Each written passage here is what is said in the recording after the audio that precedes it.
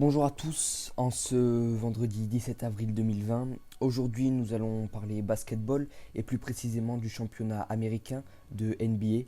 On commence cette revue de presse dès à présent. Dans l'actualité aujourd'hui, la question de la date de reprise de la NBA, suspendue depuis plusieurs semaines, c'est la question que pose en tout cas cet article de Basket Session. Si la pandémie fait ravage aux États-Unis, la Ligue se montre de plus en plus optimiste quant à la reprise de la compétition, mais aussi sur le fait de pouvoir la terminer en 2020. Le pessimisme laisse donc place à l'espoir, comme le témoigne un dirigeant de la NBA. Les gars sont partants, ils ont envie de jouer, ce n'est pas comme la MLB où il leur reste toute la saison, nous ce n'est qu'un ou deux mois à finir. Qui dit reprise du championnat ne veut pas dire match avec public. C'est ce qu'évoque un article de l'équipe en émettant la possibilité de match à huis clos jusqu'à l'année 2021. Ici aussi, les points de vue divergent. Selon les maires de Los Angeles et de New York, il sera difficile de rouvrir les salles avant l'année prochaine et de regrouper des milliers de personnes. Le président des États-Unis, Donald Trump, veut de son côté une reprise des championnats sportifs dès que possible et dans les plus brefs délais. Un épidémiologiste a estimé que reprendre à huis clos serait nécessaire.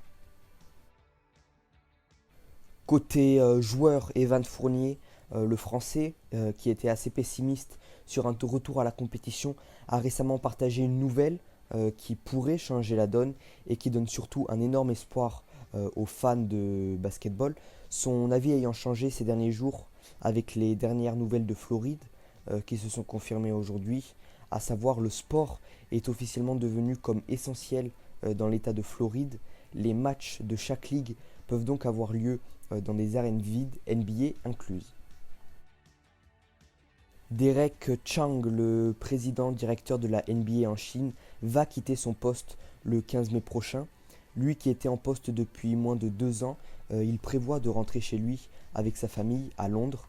Sa présidence a été marquée par 2 périodes de troubles dont les tenants et les aboutissements de la pandémie de Covid-19 ce printemps.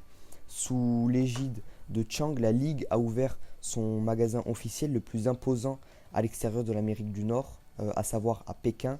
De plus, de nouvelles ententes ont été ratifiées entre la NBA et des partenaires médiatiques chinois.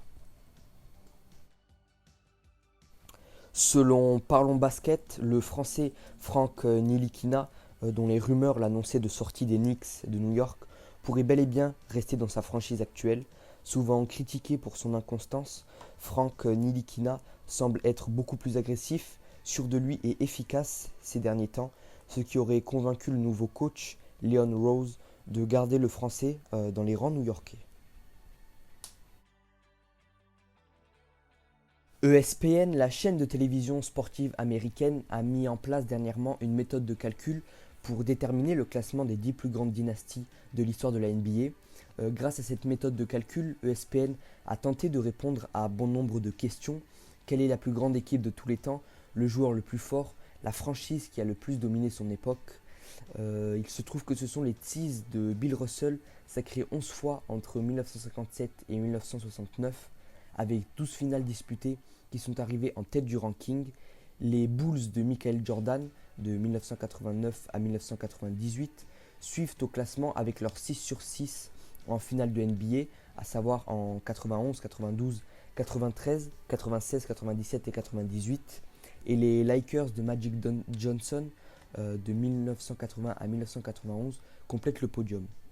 Les Golden State Warriors de Stephen Curry et Kevin Durant de 2015 à 2019 se trouvent quatrième. En cinquième position, les Boston Celtics de Larry Bird de 1980 à 1988. Sixième, les San Antonio Spurs, version Duncan, Parker et Ginobili des années 2001 à 2017. Les Los Angeles Lakers, version Shake et Kobe de 1998 à 2004 sont septièmes. Et en neuvième position, on retrouve le Miami Heat, version LeBron, Wade et Bosh de 2011 à 2014. La dernière actualité de ce vendredi 17 avril 2020 concerne les droits TV ainsi que les abonnements. Microsoft vient de s'associer à la NBA pour révolutionner le League Pass, qui est l'abonnement TV.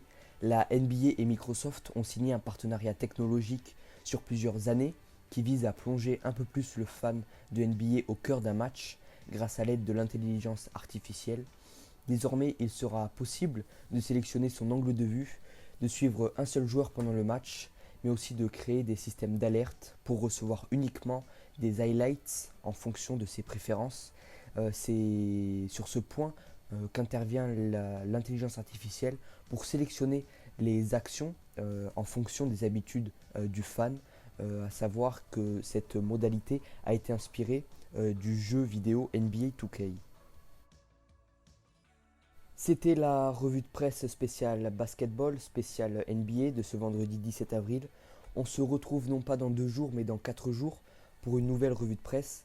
Dans 2 jours, on se donne rendez-vous sur le compte Instagram et sur le site SoSport pour une nouvelle interview. A très vite.